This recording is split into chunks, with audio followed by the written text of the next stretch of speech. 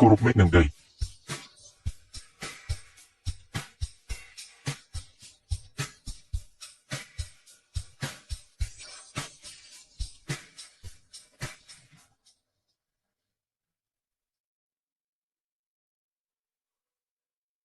អូនជាវ៉ៃថ្ងៃនេះអូនស្អាតខ្លាំងណាស់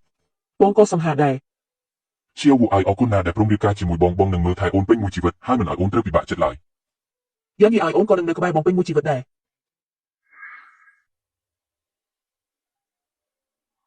នេះអ្នកញ៉ាំអានេះសិនទៅ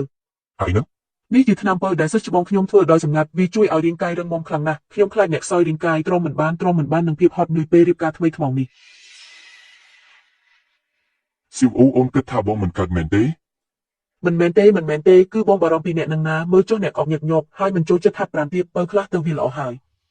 គ្មានល្មមឲ្យរាងកាយបងមិនខ្សោយដូចអូនគិតទេណាការនៅតំបន់មកបងដឹកនាំអង្គរៈដេញតាមចោលប្លន់វាខ្សាច់3ថ្ងៃ3យប់មិនដួលផងរឿងតូចតាចប៉ុណ្ណឹងធ្វើបងមិនបាត់ទេម្យ៉ាងទៀតដើម្បីអូនបងនឹងថែរក្សារាងកាយឲ្យបានល្អដើម្បីនៅក្បែរអូនមួយជីវិត អញ្ចឹងក៏បានបងមិនញ៉ាំទៅតែអ្នកហាមដាច់ខាតគុំនៅយុគដោះស្រាយការងារទៀតឲ្យសោះបើហត់ខ្លាំងពេកខ្ញុំមិនលើកលែងឲ្យអ្នកទេណា បានបងស្ដាប់អូនទាំងអស់តាមពិតទៅពេលបងឃើញអូនលើកដំបូងមិនមែននៅសាបៃប៊ូទេ មិនមែនទេហ៎ចុះនៅណាទៅ គឺនៅឯទីក្រុងតូចមួយក្នុងតំបន់20ថ្ងៃនោះខ្ញុំស្លៀកពាក់ធម្មតាដើម្បីតាមដានសាហ្វៃវូក៏ឃើញអ្នកម្នាក់ឯងវាពួកក្មេងទំនើងរាប់សិបនាក់រត់ខ្ចាត់ខ្ចាយដើម្បីជួយយាមម្នាក់ដែលត្រូវគេធ្វើបាបពេលនោះអ្នកស្លៀកពាក់សាមញ្ញមុខប្រឡាក់សុទ្ធតែធូលីដីតែភ្នែកអ្នកភ្លឺថ្លាដូចជាផ្កាយអញ្ចឹងចាប់តាំងពីពេលនោះមកខ្ញុំក៏ចង់ចាំអ្នកចុះក្នុងចិត្ត មានរឿងនោះផងហ៎មិនក៏ខ្ញុំអត់ចាំ ពេលនោះអ្នកវីគេរួចក៏ដើរចេញទៅបាត់មិនបានចាប់អារម្មណ៍អ្វីសោះក្រោយមកនៅសាហ្វៃវូខ្ញុំឃើញអ្នកភ្លាមក៏ស្គាល់អ្នកភ្លាមតែម្ដងខ្ញុំចិត្តខ្ញុំទាំងអាណិតទាំងកោតសរសើរពេលនោះខ្ញុំចង់តែទុកអ្នកនៅក្បែរខ្លួនដើម្បីការពារអ្នកឲ្យបានល្អ អូតាមពិតទៅនិស័យរបស់យើងចាប់ដើមតាំងពីយូរណាស់មកហើយ ជាវ៉ៃបងមកលើកនេះក្រៅពីយកកាដូអាពីពីមកជូនអូនបងនៅមានរឿងមួយទៀតបងបានទៅមុខភ្នូរបស់បងស្រីទី2បងប្រុសទី3និងបងប្រុសទី4ដើម្បីប្រាប់ដំណឹងល្អពីអាពីពីរបស់អូនទៅពួកគេ បងស្រីទី2ពូកែប្រើថ្នាំពុលតែបែរជាស្លាប់ក្នុងដៃរបស់ដេវទៅវិញបងប្រុសទី3តែងតែញឹមជានិច្ចតែបែរជាធ្លាក់ចូលទន្លេមិនបានត្រឡប់មកវិញបងប្រុសទី4ស្រឡាញ់អូនជាងគេតែបែរជាស្លាប់ក្នុងរង្វង់ដៃអូនពួកគេម្នាក់មិនបានឃើញអូនមានក្តីសុខដូចពេលនេះទេ ជាវ៉ៃបើពួកគេនៅរស់ពួកគេប្រកាសជាសប្បាយចិត្តជំនួសអូនមិនខានបំណងប្រាថ្នាធំបំផុតរបស់ពួកគេគឺចង់ឲ្យអូនរស់នៅដោយសុខសាន្តមិនចាំបាច់រស់នៅដោយភ័យខ្លាចដូចពួកយើងទីទេឥឡូវអូនធ្វើបានហើយពួកគេនៅស្ថានសួគ៌ក៏នឹងអស់កង្វល់ដែរ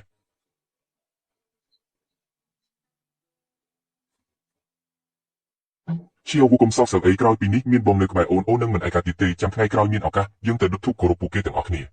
ពួកយើងពិតជានឹកពួកគេខ្លាំងណាស់ បងដឹងហើយពួកយើងជាអ្នកប្រមាញ់រង្វាន់គឺបែបនេះឯងថ្ងៃនេះរស់ថ្ងៃស្អែកស្លាប់ការដែលបានឃើញអូនមានកន្លែងផ្ញើជីវិតបែបនេះគឺជាសំណាងរបស់ពួកយើងទាំងអស់គ្នាហើយ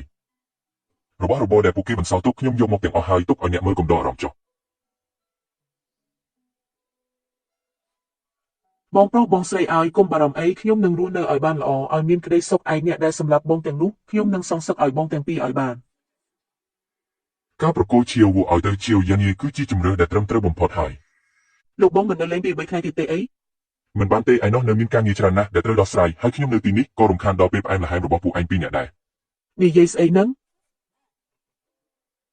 ខ្ញុំផ្ញើអាវុធឲ្យឯងហើយឯងត្រូវតែមើលថែវាឲ្យល្អបើឲ្យខ្ញុំដឹងថាវាត្រូវគេធ្វើបាបបន្តិចបន្តួចខ្ញុំមិនលើកលែងឲ្យឯងដាច់ខាត លោកបងកុំបារម្ភខ្ញុំនិយាយពីណាគឺធ្វើតាមពីហ្នឹង អាវុធឆ្នាំក្រោយដល់ថ្ងៃកំណើតឯងខ្ញុំនឹងមកលេងឯងទៀតដល់ពេលនោះនឹងយកសាច់ជៀមអាំងដែលឯងចូលចិត្តមកឲ្យ បានសន្យាហើយណាត្រូវតែមកឲ្យបានបើមិនមកទេខ្ញុំនឹងទៅចាប់ឯងដល់ឯណោះ ដឹងហើយខ្ញុំមកពិតមែនហើយទៅហើយឆ្នាំក្រោយជួបគ្នា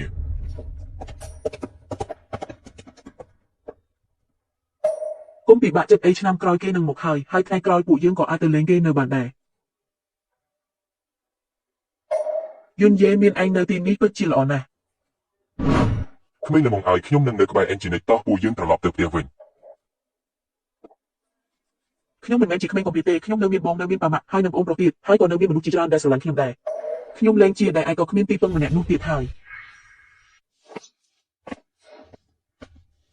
អូឡើងជាងនឹងប្រយ័ត្នទៀតណា គុំបារម្ភអីខ្ញុំមានក្បាច់គុណល្អដល់ថ្នាក់ហ្នឹងតើឲ្យធ្លាក់មិនកើតបើដើរតាមទ្វារមុខត្រូវរីកាទៀតវាយូររឿងណាស់ អាកាសធាតុត្រជាក់ហើយគុំឲ្យផ្ដាសាយណាចំទៅណាចាំខ្ញុំជុំទៅ